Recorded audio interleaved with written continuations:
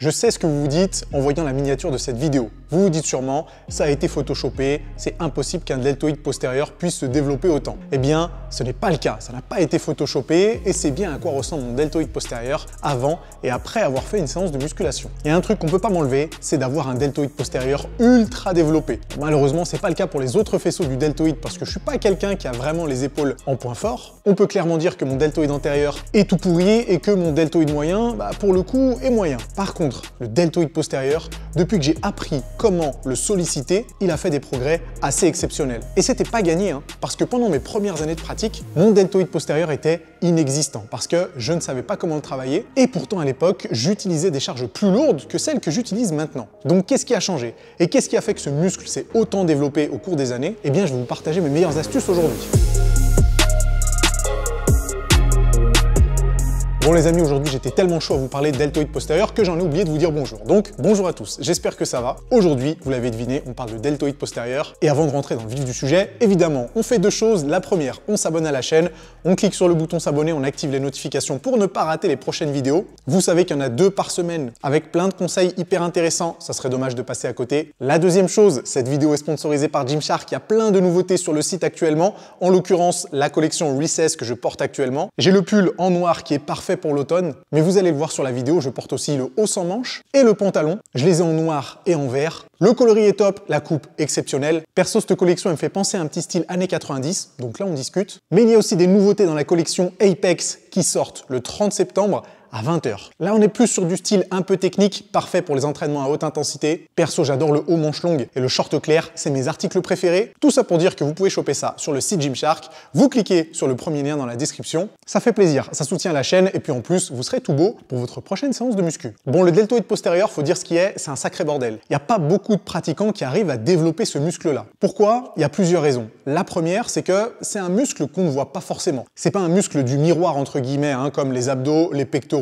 les biceps, deltoïde antérieur et moyen, quadriceps aussi. Les muscles qu'on ne voit pas dans le miroir, on a tendance à y prêter un peu moins d'attention, surtout lorsqu'on débute dans cette pratique-là. C'est clair que vous allez rarement voir un débutant en musculation mettre autant d'attention au développement de ses ischios, de ses fessiers, de son grand dorsal, de son deltoïde postérieur, qu'il ne met d'énergie dans le développement de ses biceps et de ses pectoraux. Bon, on est d'accord, ça fait partie du jeu, mais plus vite vous réagirez et plus tôt vous aurez un physique équilibré. Et le deltoïde postérieur, mine de rien, de profil, ça fait la différence. De dos aussi, lorsqu'il est bien développé. Mais de profil, personnellement, je trouve que ça change tout à un physique. Mais alors pourquoi la plupart des pratiquants n'arrivent pas à développer le deltoïde postérieur? Mis à part le fait qu'ils ne le travaillent peut-être pas aussi souvent que les 2 autres faisceaux du deltoïde. Les 2 raisons principales, peut-être même les 2 uniques raisons, sont les suivantes. Premièrement, une mauvaise gestion des scapulas ou des omoplates, vous appelez ça comme vous voulez. Deuxièmement, une trajectoire du mouvement qui serait inadaptée. Dans un premier temps, on va se concentrer sur les scapulas. Regardez ces 2 exécutions différentes sur un exercice qui est censé travailler le deltoïde postérieur. Qu'est-ce que vous remarquez au niveau des scapulas? Vous avez un premier cas de figure où les scapulas ne bougent pas trop et où l'amplitude est plutôt réduite. Et vous avez un deuxième cas de figure où les scapulas bougent énormément, c'est-à-dire qu'elles vont se resserrer et s'écarter au fur et à mesure des répétitions, et du coup l'amplitude de travail est plus importante. À votre avis, quelle variante va être la plus intéressante pour stimuler le deltoïde postérieur? Ceux qui connaissent un petit peu la chaîne devraient connaître également la réponse, c'est la variante où les scapulas bougent le moins possible. Et dans l'idéal, il faudrait même conserver les scapulas soit en position neutre, soit légèrement écartées l'une de l'autre. C'est pas vraiment conseillé d'avoir les scapulas resserrés sur ce type de mouvement. Et là, vous allez me demander pourquoi. La réponse, elle est toute simple. Un muscle, il est composé de fibres musculaires. Jusque-là, tout va bien. Ces fibres musculaires ont une origine et une terminaison. C'est les 2 points d'insertion du muscle en question. Lorsque vous allez à la salle de sport, votre objectif, c'est de provoquer des contractions musculaires. C'est faire en sorte que les fibres se raccourcissent, donc que les 2 points d'insertion se rapprochent l'un de l'autre. C'est ce qui se passe lors d'une répétition, de n'importe quel exercice. À partir du moment où ces points d'insertion se rapprochent, votre squelette va bouger. Et il suffit que ce mouvement se fasse contre une résistance pour que les fibres musculaires produisent de la force et soient soumises à une certaine tension mécanique. Le souci de ces points d'insertion, c'est qu'il est recommandé dans vos exercices de musculation de conserver un des points d'insertion le plus immobile possible pour que l'autre vienne s'en rapprocher et s'en éloigner. C'est assez difficile et assez rare, surtout lorsque vous êtes débutant, de maîtriser des exercices où les 2 points d'insertion vont bouger en même temps. Le fait d'avoir un point d'insertion immobile et l'autre qui s'en rapproche et s'en éloigne vous permettra d'avoir plus de stabilité et permettra potentiellement à vos fibres musculaires de produire plus de force. Traduction, meilleure efficacité. Le problème lorsque vous travaillez votre deltoïde postérieur, c'est que si votre bras et votre scapula bougent en même temps, eh bien les points d'insertion ne vont jamais réellement se rapprocher au maximum. Étant donné que le deltoïde postérieur s'attache sur le bras, l'humérus et sur la scapula, l'idéal est donc, lorsque vous bougez le bras, de garder la scapula immobile. Voilà l'explication, un peu longue je l'avoue, qui vous permet de comprendre pourquoi c'est aussi important de ne pas bouger les scapulas lorsque vous travaillez le deltoïde postérieur. Et c'est valable aussi pour tous les autres faisceaux et pour tous les autres groupes musculaires. Le problème, c'est que stabiliser cette scapula, c'est plus facile à dire qu'à faire. Et ça demande un petit peu d'expérimentation et surtout une réduction de la charge de travail. Parce que si vous faites de l'oiseau buste penché avec 2 haltères de 16 ou 18 kg en espérant stabiliser vos scapulas, vous mettez le doigt dans l'œil. Essayez d'abord avec des haltères de 3 ou 4 kg. Oui, je sais, c'est léger, mais il faut réapprendre à faire le mouvement correctement avant d'envisager d'augmenter la charge de travail. Et ce conseil, il est valable sur tous les mouvements qui travaillent le deltoïde postérieur.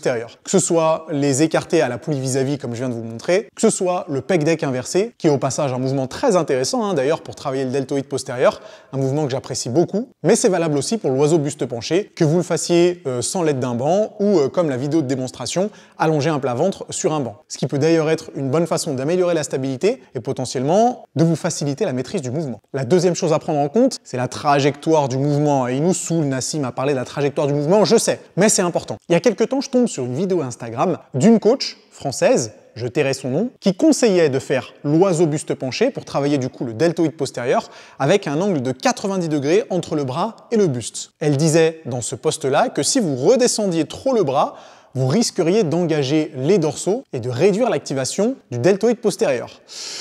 Comment réagir à ce type de déclaration? Bon là du coup on a le parfait exemple de quelqu'un qui ne s'y connaît pas très bien en anatomie et qui malheureusement ne prête pas attention au sens des fibres musculaires. Déjà non, c'est clair et net, les dorsaux ne vont pas intervenir sur de l'oiseau buste penché, même si vous avez les bras presque le long du corps. Et deuxièmement, pour qu'un placement à 90 degrés soit intéressant pour travailler le deltoïde postérieur, il faudrait que les fibres musculaires de ce dernier soient complètement horizontales. Ce n'est pas le cas. Vous le voyez sur le schéma à l'écran, le deltoïde postérieur, étant donné qu'il s'insère sur l'humérus, quelque chose qu'on appelle le V deltoïdien, qui se trouve à peu près ici, et le haut de la scapula, eh bien on voit que, étant donné que l'origine et la terminaison ne sont pas au même niveau, eh bien en fonction des individus, les fibres musculaires vont plutôt être à 45 degrés. Alors je dis en fonction des individus parce que ça dépend de plusieurs facteurs. Il y a effectivement des personnes chez qui les fibres musculaires du deltoïde postérieur vont être un peu plus à l'horizontale, mais jamais complètement à l'horizontale, j'ai jamais vu ça. Et je pense que de toute façon c'est impossible, même avec un deltoïde postérieur très très court. Traduction. Qu'est-ce que ça veut dire? Ça veut dire que lorsque vous effectuez vos mouvements d'écarté ou votre oiseau buste penché pour travailler le deltoïde postérieur,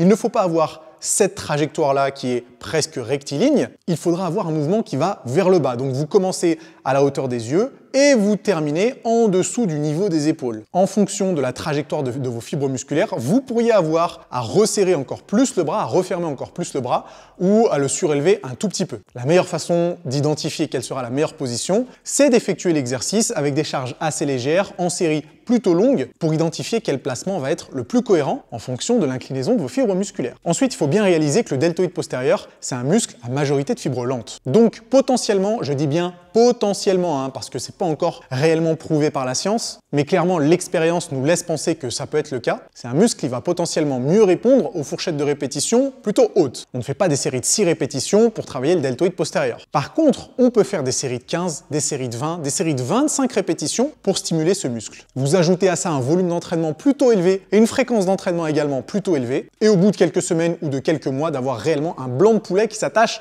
derrière votre épaule. Et ça fait plaisir. Moi perso, avec le recul, je pense que c'est le faisceau du deltoïde qui me plaît le plus. Alors je sais, je me mouille pas trop parce que c'est celui qui est le plus développé chez moi, et peut-être que je dirais pas la même chose si j'avais un deltoïde antérieur et un deltoïde moyen bien développé, mais je trouve réellement que de profil, ça change un physique, et qu'il y a certaines poses qui en deviennent très impressionnantes lorsqu'on a un deltoïde postérieur hyper développé. Dites-moi ce que vous en pensez dans les commentaires, j'aimerais bien savoir si c'est un muscle que vous aimeriez développer, et si comme moi, vous trouvez que c'est quelque chose de plutôt esthétique. Les amis, c'est tout pour aujourd'hui, merci pour votre attention, on n'oublie pas, nouveauté Gymshark, premier lien dans la description, collection Recess qui est déjà disponible sur le site, collection Apex qui sort le 30 septembre à 20 h. Faites-vous plaisir, on met un pouce en l'air si la vidéo vous a plu, bien sûr n'oublie pas de s'abonner à la chaîne, et nous on se retrouve dans quelques jours pour la prochaine vidéo.